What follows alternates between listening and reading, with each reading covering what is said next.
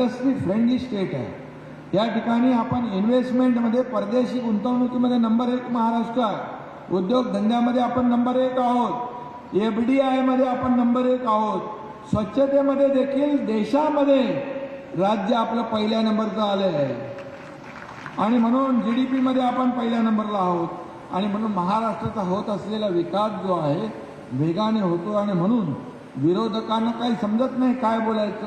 विरोधकांच्या पायाखालची वाळू सरकलेली आहे, त्यांच्या पोटदुखी झालेली आहे आणि त्यांना नाहक आरोप रोज प्रत्यारोप सरकार पडलं पडेल अमकं होईल तमकं होईल ते करताय, परंतु सरकार का आपल्या सगळ्यांच्या आशीर्वादाने मजबूत होत गेलं।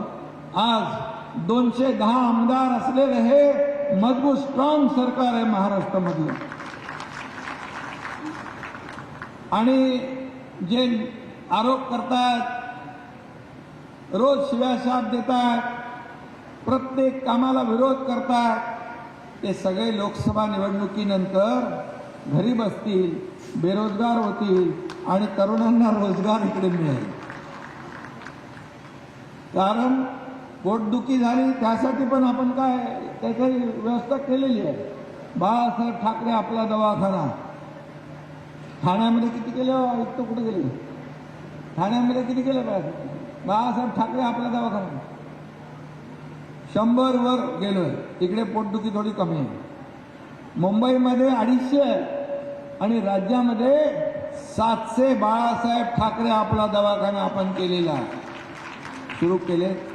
सर्वसामान्य माणसाच्या आरोग्याची काळजी आपण घेतलेली आहे। हे सरकार फील्डवर उतरून काम करणारा, हे घरात बसून उंटावरून शेळ्या हाकणारं सरकार नाही, फेसबुक लाईव्ह करणारं सरकार नाही, फेस टू फेस काम करणारं सरकार आहे आणि शेतकऱ्यांना बांधावर जाऊन शेतात जाऊन संवाद साधणारा आहे।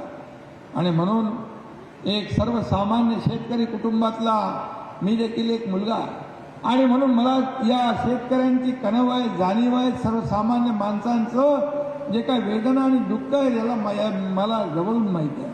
आणि म्हणून या ठिकाणी आपल्या देशाला महासत्ता करण्याचा निर्धार जो आहे करणारे आपले लोकप्रिय आणि यशस्वी प्रधानमंत्री यांनी जो निर्धार केला आहे की 11व्या क्रमांकावर आर्थिक आपली अर्थव्यवस्था 5व्यावर आणली त्यांनी 10 वर्षामध्ये आणि आता पुढच्या वेळेस ती 3ऱ्यावर जगामध्ये अर्थव्यवस्था 3ऱ्या नंबरला आणायची आहे। आज मला सांगा 50-60 वर्ष जे कोणी करू शकले नाही ते 10 वर्षामध्ये आदरणीय मोदीजींनी केलेलं आहे आणि त्यांचं पाठबळ